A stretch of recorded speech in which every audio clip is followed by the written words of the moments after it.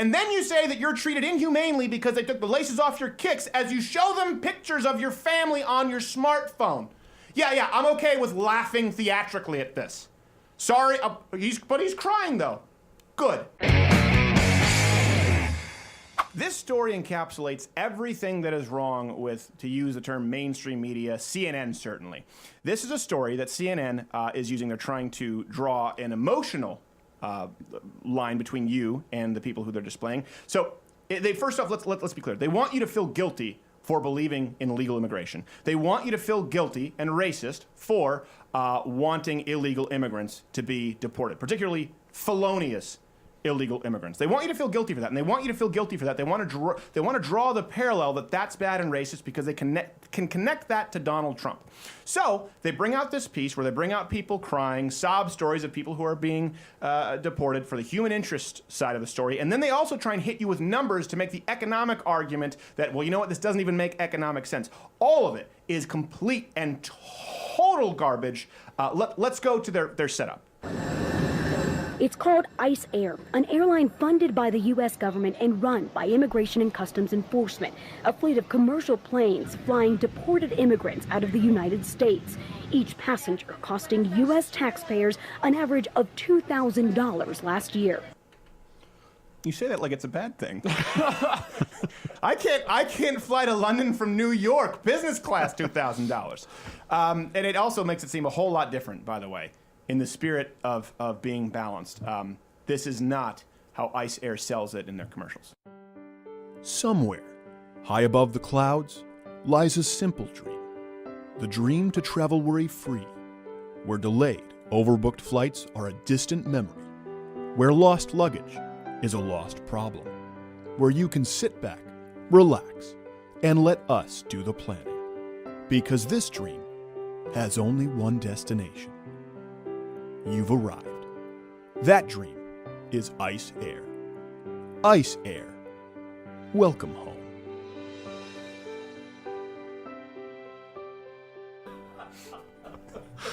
Those battle helmets surface at the exact right time. Good job, Aaron, the intern, for editing that. I'll give you that one. My gosh, CNN, you were lazy with this one. The cost of deporting them, $2,000 per illegal immigrant. Okay. On average, according to the Heritage Foundation, illegal immigrants burden the taxpayer with $54 billion per year. That's about $5,000 per immigrant. So hold on, so let's do that math. I think a one-time cost of $2,000 seems to be a better deal for the American taxpayer than $5,000 for prorated forever. That's not even an investment at that point. That's just a bargain. It's just a bargain at that point. They're the Jean-Claude Van Damme of illegal immigrants. You just scoop them up in the bargain bin. Exactly. And toss them in the checkout. But here's something else that's interesting to me. Because a lot of these people, not all of them, are felons. People who've committed felonies. Well, I don't know if coming here illegally, I don't think that's a felony. I'm not entirely sure. No. But a lot of these people have committed additional felonies. So let's add up the cost on the taxpayer of $5,000 per year. The average cost of incarcerating a felon is $32,000 per year. So now we're at $37,000 per year for an illegal immigrant who's committed a felony. And these, by the way, are getting there in the express aisle to be deported right now. Okay? $2,000 seems like pocket change. And by the way, where are all the people talking about overcrowding? Where are all the people who, the potheads saying, our prisons are overcrowded and the military prison for profit industrial complex? Okay, well, good. We're trying to meet you halfway. We don't want to crowd our prisons with people who have no business being here in the first place. Let's send them over to Mexico. They probably won't incarcerate them. We know that. But at least we won't have to deal with them. Can we find some common ground here? No? The numbers don't add up. And that's why they try and reinforce their argument, to make sure that you feel guilty and you feel racist by turning the tiers up to 11 with their personal interest story. Let's give you some examples that CNN thinks is putting their best foot forward. When Trump says bad hombres. No, my DUI. That's what they got me with. I was never selling drugs.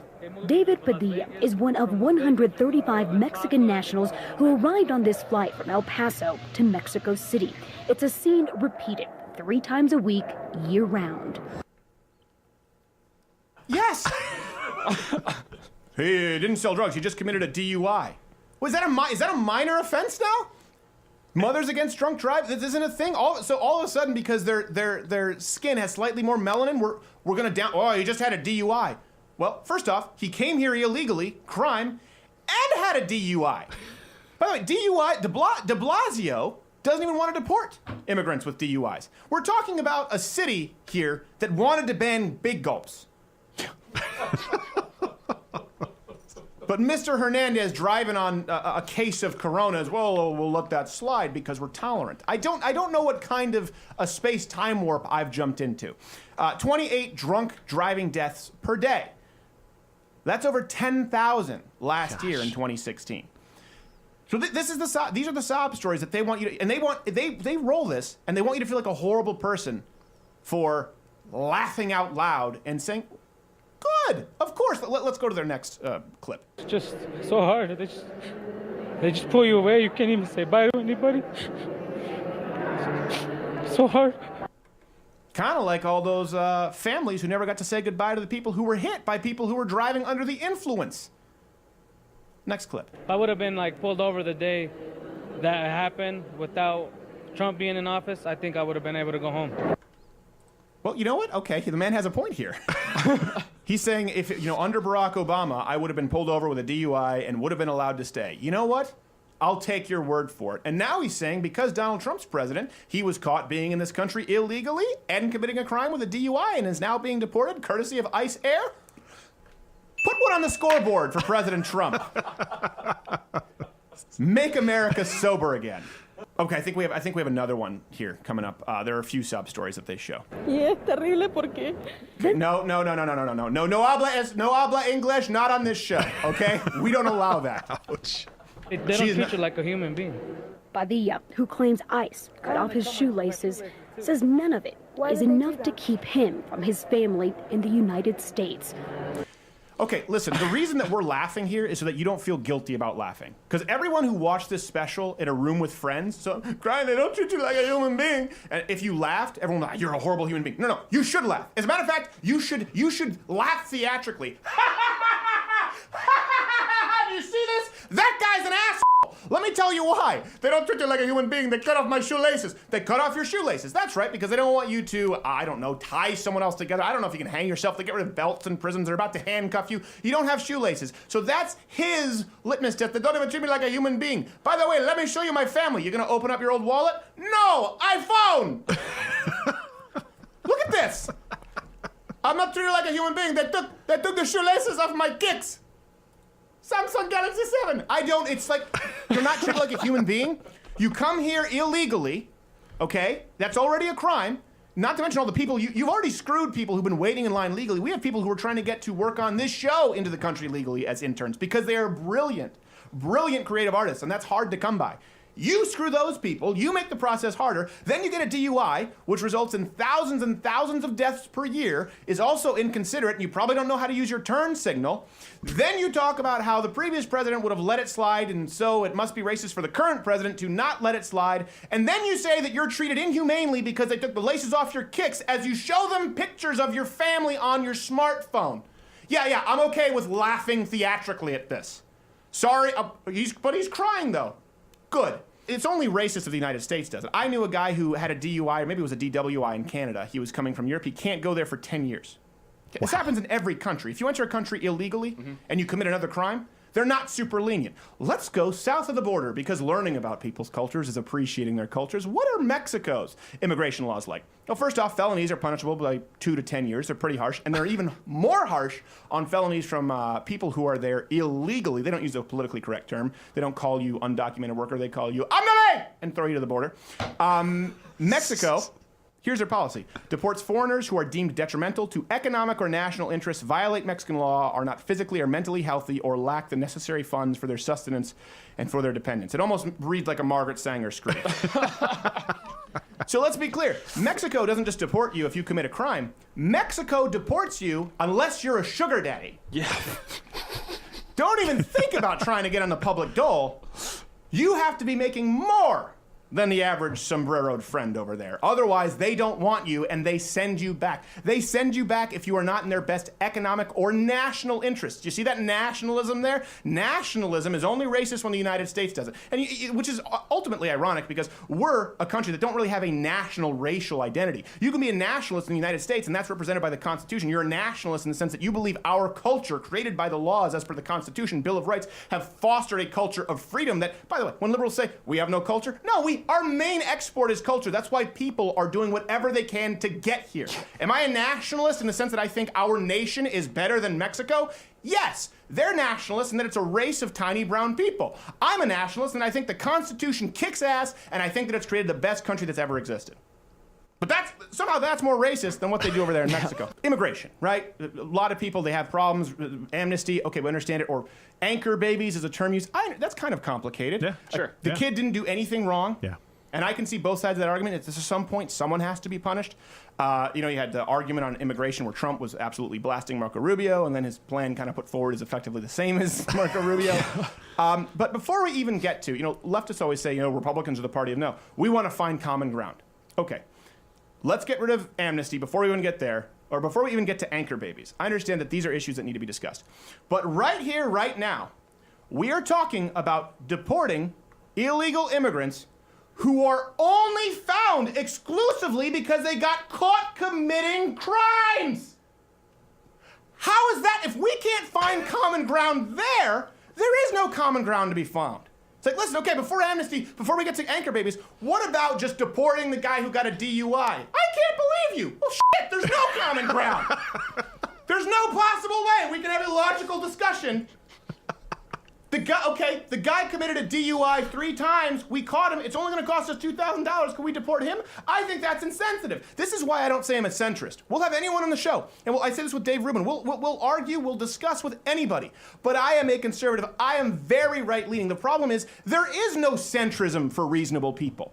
The left won't meet you in the center. They think you're racist if you want to deport felons who aren't here legally in the first place. And you know why? You know why it's considered racist if the United States does it? Even though, we're talking about the Constitution. There's nothing racist in being proud of your country. It's not like North Korea who are having propaganda videos, launching missiles. It's not like Mexico that wants to deport you if you have the wrong shade color of skin. The reason everyone gets all up in arms and they hate it when the United States actually goes out there and proudly touts their national interests is because, you know what? The United States is the prom queen. We are that hot chick who everyone looks at and everyone wants to be with that hot chick. In the entire world, we're the best woman in the room, and everyone wants to be going to prom with us. But you know what? A lot of them can't. People don't get to dance with the prom queen. So guess what happens? If you're ugly, you see it with fat pride activists. If you say, I'm proud of my body, and you're fat and ugly, everyone says you're brave. If you're beautiful and you say, I'm proud of my body, here's a bikini picture, everyone calls you an uppity bitch. That's what happens with the United States. We're good looking, we're successful, so if we're proud of it, it's considered nationalistic, it's considered racist. But if the crappy countries that have contributed zero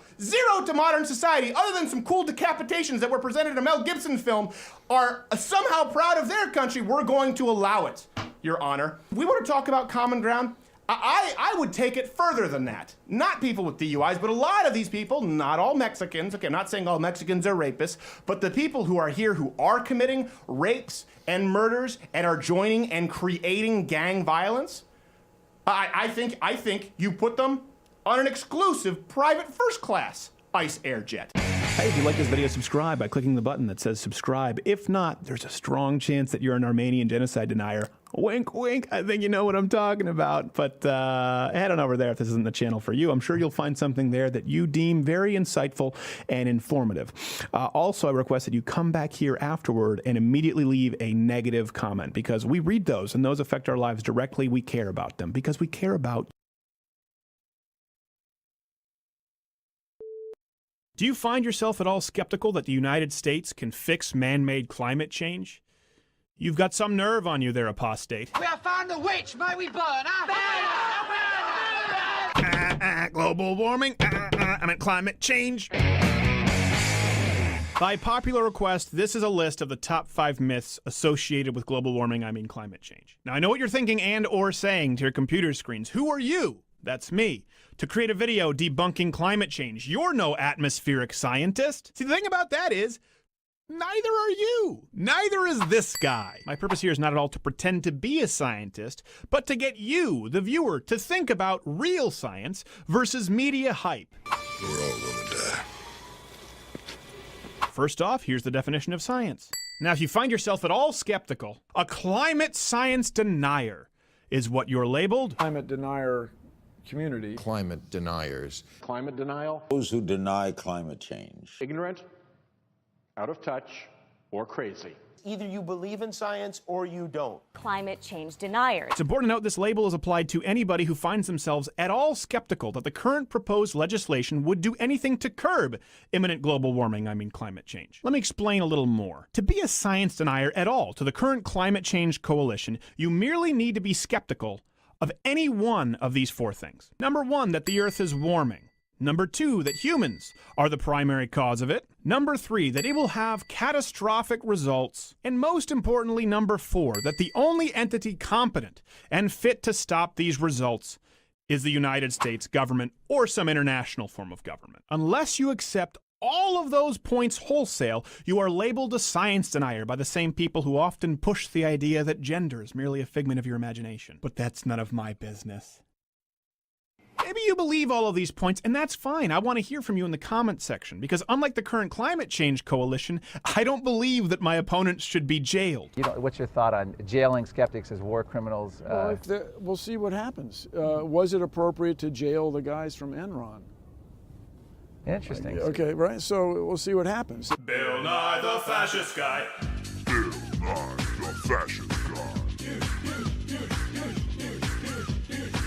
So I present to you the top 5 global warming, climate change myths that you most likely believe. Consensus. 97% of scientists agree on climate change. Before we get to the fact that this is patently untrue, it's important to note that science isn't determined by consensus, it's determined by truth. There might have been consensus that the Earth was flat among certain circles. Truth revealed that it wasn't. Oops.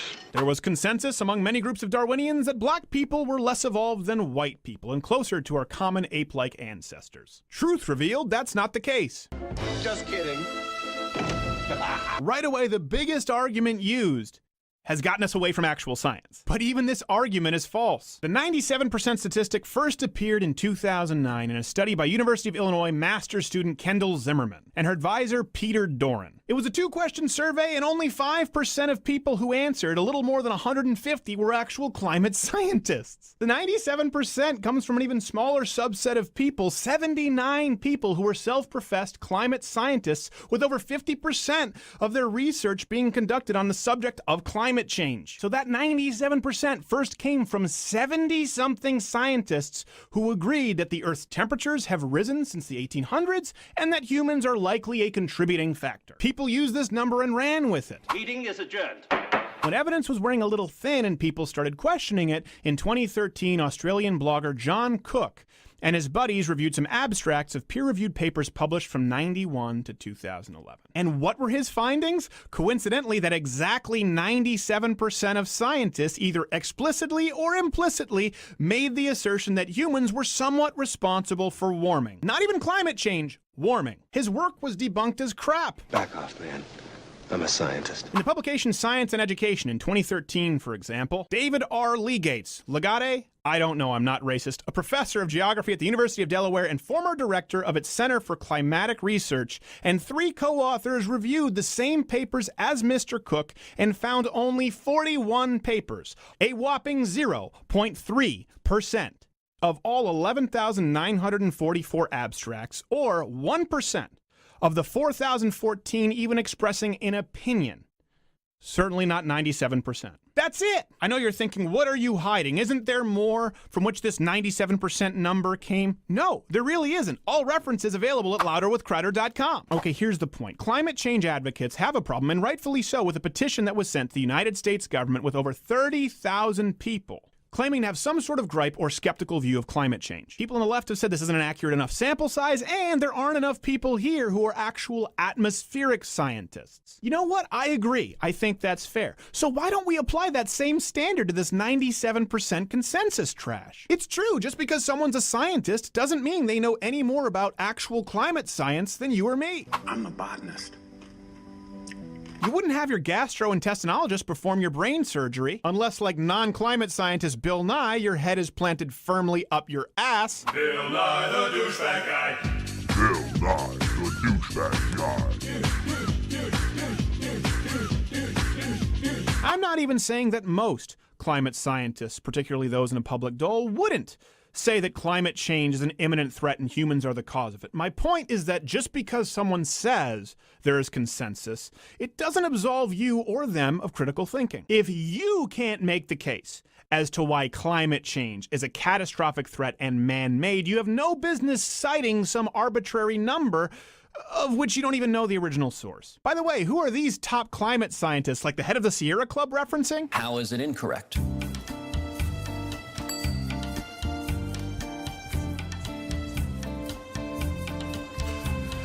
Based upon our experts, it's been refuted long ago, and there's no longer, it's not up for scientific debate. Interns, but that's none of my business.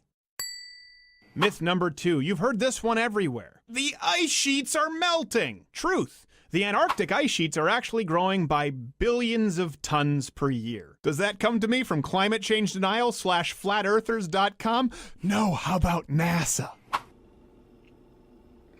According to the new analysis of satellite data, the Antarctic ice sheet showed a net gain of 112 billion tons of ice per year from 1992 to 2001. So where does the myth come from that the ice sheets are melting? The net gain being the key words, slowed down to only 82 billion tons of ice per year between 2003 and 2008.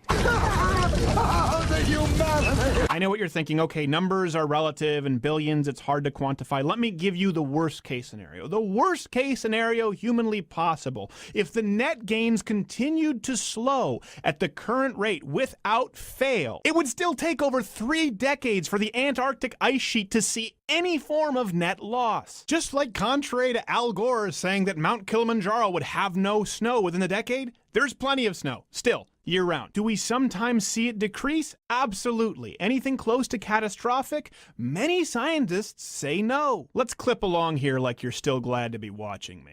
Myth! The polar bears are dying off. Truth! There are possibly more of these soulless killing monsters on Earth today than ever. Certainly since we've begun monitoring them. Oh, I'm gonna kill the bear. Say it, I'm gonna kill the bear. Again, all third-party references at louderwithcrowder.com. There's possibly a low of around 12,000 in the 1960s, with at least 25,000 on Earth today, likely much more. Also, it's one of the few species known to actually hunt humans. The hell are we keeping them around for? Say it, I'm gonna kill the bear. Say it. Say I'm gonna kill the bear. Say it! Science hat off. The polar bear myth was one that was easily sold through Disney films, where we could paint them as cute, cuddly little woodland creatures clinging to an iceberg in an attempt to get your kids to recycle. Don't show your kids this actual polar bear tearing apart this baby seal, tossing his lower intestines across the Alaskan tundra.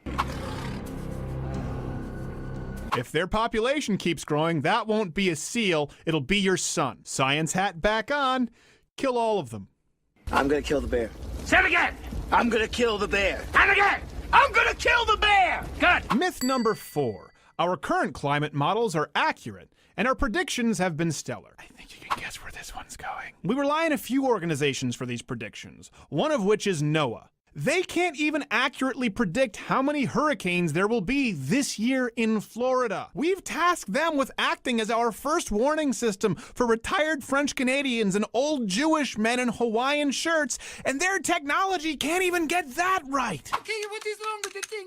Oh, me, it's not working. It's a yummy night. From ClimateGate to more recently, over 300 scientists are imploring lawmakers to investigate NOAA, because on record, NOAA scientists upwardly adjusted temperature readings taken from the engine intakes of ships to eliminate the hiatus in global warming from the temperature record. Oh yeah, by the way, they call that the pause. Yeah, by the way, there was a complete and total dead stop to all global warming for over 15 years, and rather than readjust their models, current climate scientists employed by your tax dollars simply chalk it up to being the pause.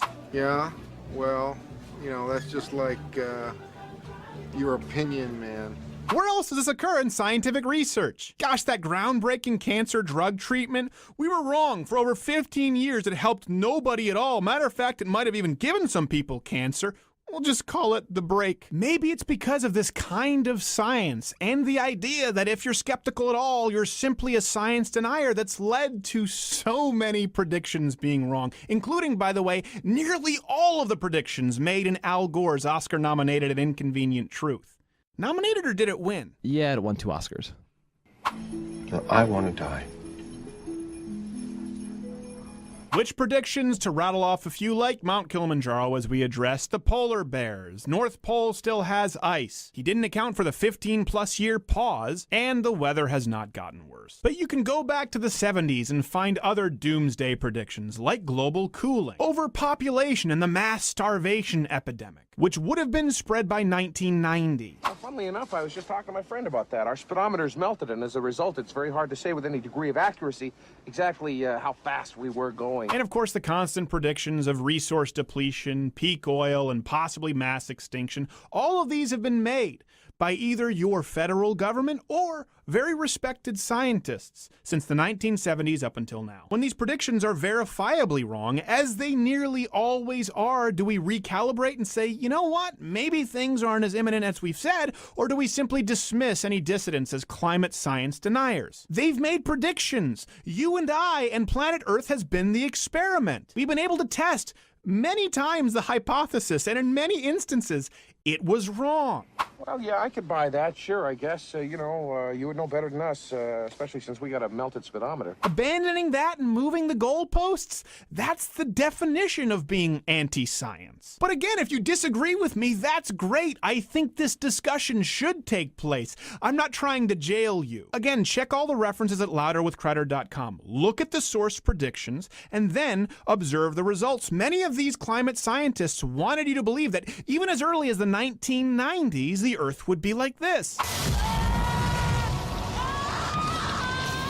But really, it's been like this. Sunshine, lollipops, and rainbows, everything that's... Matter of fact, one of the most often cited predictions from 2007 in the BBC by Professor Wisław Maslowski, I don't know how I pronounced it, I'm not racist, he predicted that the ice caps would be entirely melted by 2013. When it didn't happen, did they admit they were wrong? No, they just said actually it's going to happen in 2016. That's when the Earth's going to be like this.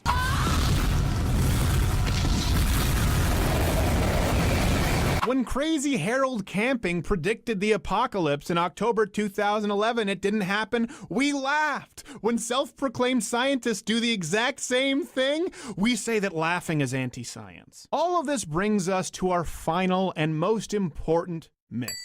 Number 5. That national or international government is the only entity capable of solving imminent climate change catastrophe. After all, something on this large a scale could only be entrusted to the organization responsible for public schools, Medicare, and the post office. Let's start with the United States government. Who can solve it? The EPA? They've demonstrated that they're woefully inept to handle the tasks that have been given to them. Oh, how are those ethanol subsidies working out? You can find countless, very recent examples, like the over $2.2 billion in tax liabilities for green programs under the recent administration. One of the most notorious was Solyndra, who received over $500 million in government loans as an upstart green energy company when we knew that they very likely couldn't pay it back, but there was pressure on the government to lend to green energy. Now, I'm not against green energy, but when the government's tried to incentivize it and manipulate markets, it's turned out to be a disaster, as has been admitted in Germany.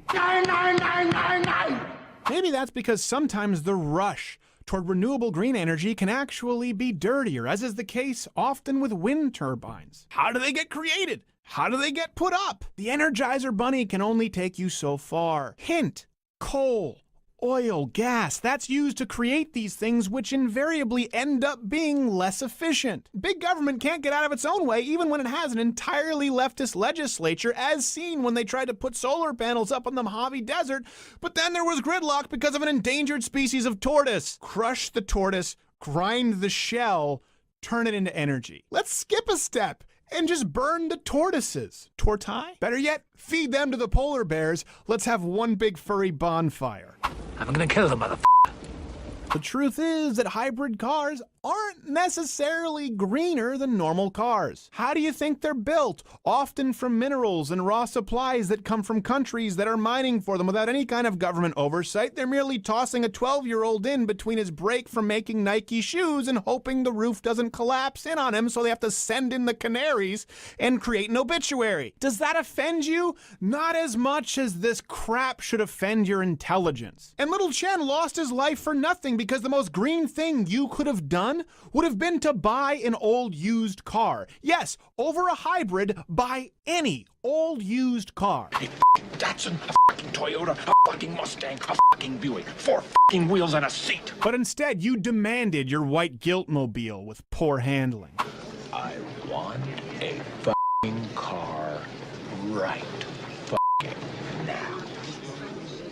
This is the part where environmentalists ignore the crony corporatism. Like Elon Musk's growing capitalist empire being fueled by $4.9 billion in government subsidies. Shh, he's doing it for the people. And Tesla's not doing so hot. I can already see the comment section now. I must be funded by big oil, big energy, big gas, fracking. But guess what the truth is? Guess who can never actually give you an accurate account of what's currently happening with climate change and the subsequent government legislation? The people conducting research whose very job is predicated on the idea that climate change is an imminent threat. It's just like baseline budgeting with public sector employee unions and your local road work. Why don't you explain this to me like I am an 8-year-old? How often toward the end of the year do you see roads being dug up and people standing by idly not doing anything? The reason for that is a term that's called baseline budgeting. Let's say for a moment that those people did their work early and came in under budget. Well, next year, the federal, state, or local legislature would look at that and say, hey, we're being pretty efficient here.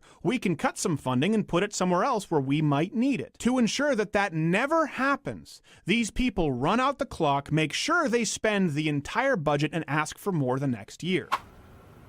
Why don't you explain this to me like I'm 5? That's why government programs virtually always grow and are never downsized or streamlined. If someone says, well, my government grant has resulted in the discovery that the Antarctic sheets are growing and there are more polar bears than ever, guess what? Thank you, sir. Your job is done. So instead you say, well, maybe there is more ice, maybe there are more polar bears, but it could get a lot worse. I need to study more in relation to climate change. Okay, break it down in terms of, I think I'm getting you. Am I saying that's everybody on the dogmatic climate change side of the ledger?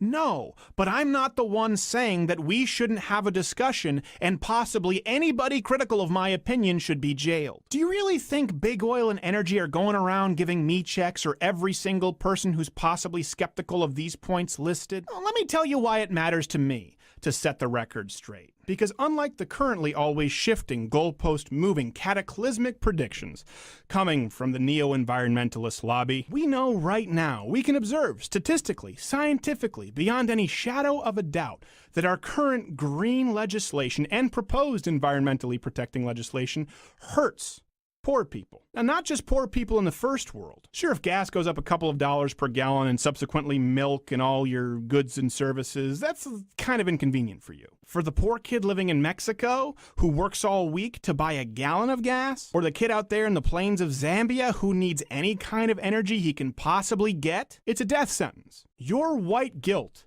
and skeptic shaming actually hurts real lives on Earth today. So if nothing else from this video, maybe you'll be willing to entertain a discussion from both sides of the aisle. Maybe you'll go to louderwithcrowder.com and check out our dozens of sources. And above all else, maybe you will join me in the fight to kill all polar bears. I'm gonna kill the motherfucker. And that's all I have to say about that. Hey, if you like this video, subscribe by clicking the box that says subscribe, or click my face to go to louderwithcrowder.com to read the references. If you want to hear me talk more with my crew about climate change, click on episode 89. That's the full show. You could find that you like it. You could find that you've wandered into some strange, dark corner of the internet and immediately regret it. Speaking of dark, strange corners of the internet, there's a mystery box. Oh, what's that? Click it and find out. I dare you. What are you, a mystery box denier?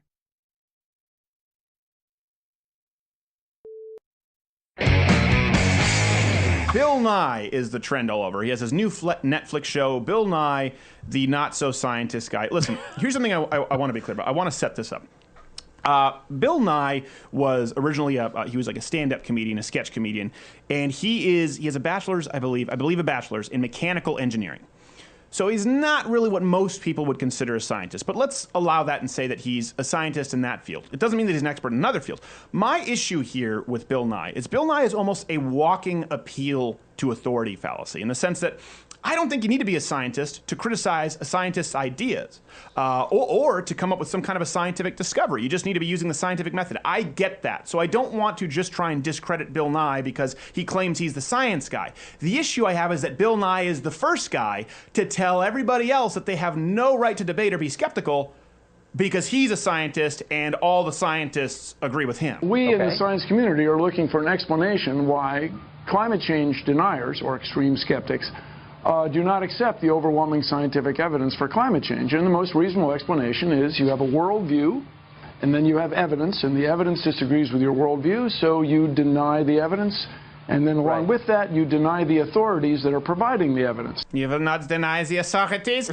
Now, we're going to be talking about gender today because he's making the case that gender exists on a spectrum. By the way, very different if you go back to his old show. He did say that chromosomes determine gender. If you go back to the episodes when we were a kid. So he's done a 180 Amazing on how that. 2017 just changes science. Completely changes science. Again, I think this is important because he's a track record. He's so anti any even remote critical or skepticism of the idea of catastrophic man-made climate change. He's okay with them being jailed. And what's your thought on jailing skeptics as war criminals? Well, we'll see what happens. Was it appropriate to jail the guys from Enron?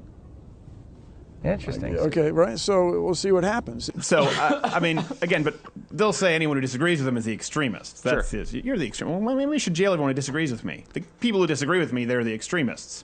Here's the thing, too. Just because, let's say, you are a scientist in one field, it doesn't mean that you're an expert in another field. Bill Nye is a mechanical engineer, okay? So he's not an atmospheric scientist, even though he's been, championing the climate change cause and perhaps silencing and jailing skeptics.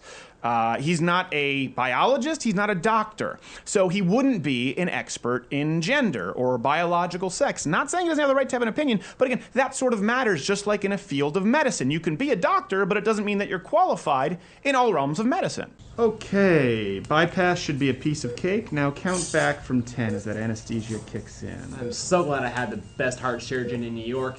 10. Well, I'm a podiatrist. This is just my passion. So, now, here's the thing. Can doctors also have opinions in other fields? For example, yeah, I absolutely think so. I think anyone here can have an opinion on ideas in science or ideas put forth certainly by scientists, particularly when scientists are putting forth unscientific ideas. And I think a good example there would be, listen, if your doctor says, listen, I'm an MD, okay? I'm not a dietitian. But if your dietitian is advising you, as some do, a high carbohydrate, low saturated fat diet, I would advise you to do some research. I personally believe that that's wrong. That's perfectly fine for that doctor to do. Just like it's perfectly fine for Bill Nye to say, listen, I'm not a biologist, I'm not a doctor, I don't have a PhD. I actually have I'm about as qualified to deal with the topic of gender as anybody in this room or watching this video, but I now think it exists on a spectrum. That's why this matters. I never try and discredit someone. I know people who've never graduated grade school, I know mechanics who are more brilliant than doctors, and I know doctors who are dumber than Kardashians. Coming down to the ideas, Bill Nye decided to do an entire episode on gender. I'm just trying to get my head around it. Maybe you can tell me. It seems as though the show had absolutely nothing to do with science. Let's cycle through some of his examples. First off, he had a panel of people on there who were gender enthusiasts. It doesn't necessarily seem peer-reviewed, which, again, doesn't always have to be, but Bill Nye acts as though it always has to be with his detractors. They let in with this ice cream video. Let's see this. There are lots of flavors to sexuality. Oh, this again? Come on. Now, I've spoken to some of you about my theories on the nature of being ice cream. Which have no basis in science? It's the science of feelings. And as vanilla, I feel that I am the most natural of the ice creams, and therefore the rest of you should just go ahead and also be vanilla. No one can make you stop being strawberry. You're strawberry. hurry. Hold me, salted caramel. Everyone should pretend to be vanilla until they no longer have the urge not to be vanilla. What? You know, we had Dennis Prager on last week who said, I truly believe that the left is more about feelings and the right is more about facts, about using logic. We've talked about the Socratic method. Now, I know the left, but here's what the left does. They just accuse the right of being anti-science, right? And what do they mean? They mean anyone who's critical of our brand of science. We believe that the EPA can fix man-made climate change. Well, hold on a second. I'm not sure if we want to. You are a science denier.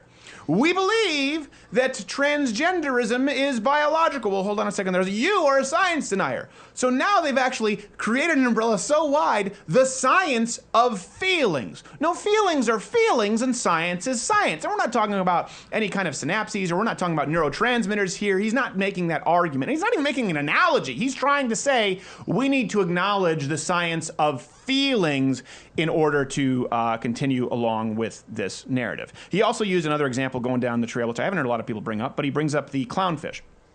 And he says, are you aware that the clownfish can change his sex? Okay. I don't understand. Somehow this is, again, is this a scientific method that applies to humans? I mean, we use rats for studies as an indicator as to how something might perform in humans with drugs and supplements. And we always have to say, listen, by the way, it hasn't been studied in humans. It's only been studied in rats. So that's a 50-50 crapshoot. We don't really know. I've not heard of any double-blind, placebo-controlled clinical trials with clownfish. Clownfish can change his sex. My dog licks his balls. How is this relevant to the idea of biological sex or gender? Next. Then it culminates in this, some slam poetry, a song about gender. I'd go. With all of that, while I drop some knowledge. Sexuality's a spectrum, everyone is on it. Even you might like it if you sit up on it. Drag queen, drag king, just do what feels right. What is that? What? Is that feels rap? right? Yeah, well, it's a science of feelings. Stop with the hate speech. No hate speech in my studio. And I'm watching this going, what does any of this have to do with science? For a guy who claims that all of his detractors are unscientific, for a guy who claims I'm the science guy and has this qualification superiority based on his pedigree as a mechanical engineer, what does any of this have to do with science? And he kind of wrapped it up finally getting into the chromosome issue. It was very brief, talking about XX and talking about XY. He does the chromosome bit, and then he goes into it very short. He says, well, you know what? And now some scientists or some doctors are maybe believing that the male brain and the female brain, particularly of a male to female transgender, might actually have more in common with the female brain than a male brain. In other words, saying that brains can have genders, brains can have a biological sex. Now, here's the thing. He makes that argument. We'll talk about that on Thursday more in depth. There's one study that makes that. We've talked about how actually the brain changes occurred after cross-sex hormone replacement therapy, and a lot of transgender people were mad, and they cite one study where it deals more so with gray matter in the brain. Well, there have been numerous studies since then trying to recreate that study with more reliable forms of studies that have never been able to prove that. Bill Nye is saying maybe some doctors now believe that it's possible with the brain issue. Well, again, science. Bill Nye, isn't the burden of proof at that point on you? Isn't the burden of proof if we've always said that men are men and women are women? And by the way, when you go to the chromosome argument, you say some chromosomes that sometimes, DNA can genetically mutate. It's usually not a net positive, okay? We're usually talking about some kind of a bizarre illness, disease. That's usually what people are talking about with genetic mutation. An extra Y doesn't make you an X-Men. No, usually exactly. makes you Flipper Boy. And by the way, I don't know, people out there can maybe send me, I've never seen any kind of a study, even when they bring up the chromosome issue, I've never seen any definitive study saying, well, this type of a chromosome actually is directly related to transgenderism, to the identity. I've seen people say, well, you know what, chromosomes aren't entirely reliable, therefore transgenderism. I've never seen them saying, but we actually have a hypothesis which we can test. We see this kind of particular difference or anomaly in human DNA and human chromosomes, and that tends to give one a proclivity towards transgenderism. Send it to me. I haven't seen it. Science is hypothesis, test it, conclusion. He's testing nothing and coming to the conclusion that now gender is on a spectrum because feeling. And of course, the big irony that Jared has brought up and several guests have talked about, if the idea that there's this idea that there can be a male brain and a female brain, And this is the basis on which modern sort of gender identity is predicated, right? Well, actually, someone can be, the wrong brain can be born into the wrong body, a female brain in a male body. Well, it blows up the entire hypothesis to begin with, because we've since said that gender is a social construct. Well, gender can't be a social construct if someone is born with the wrong brain, which you are saying is biologically a male brain and a female brain. Even more so if we're using it as a constant. If we are saying there is such a reliable format for what a male brain looks like and a female brain, that there is an anomaly and an outlier with transgender or gender dysphoria people, that it's clear they're born with the wrong brain. Again, that has to be so remarkably consistent that gender couldn't possibly be a social construct. But Bill Nye simply wants to say the science of feelings, gender exists on a spectrum. And that's why he's Bill Nye, the not-so-sciencey, douchebag, arrogant guy. Hey, if you like this video, subscribe by clicking the button that says subscribe. If you're not aware of it now, there's no way you're learning the internet at this point. I'm not going to help you. But this was clipped from my daily show, available exclusively to louderwithcrowder.com/mugclub members. If you're student, military, or veteran, enter in that promo code. It's less than $6 a month, and you get daily content. No more clips, plus this hand-etched mug. Oh, when I feel it, I got a chill like on the inside.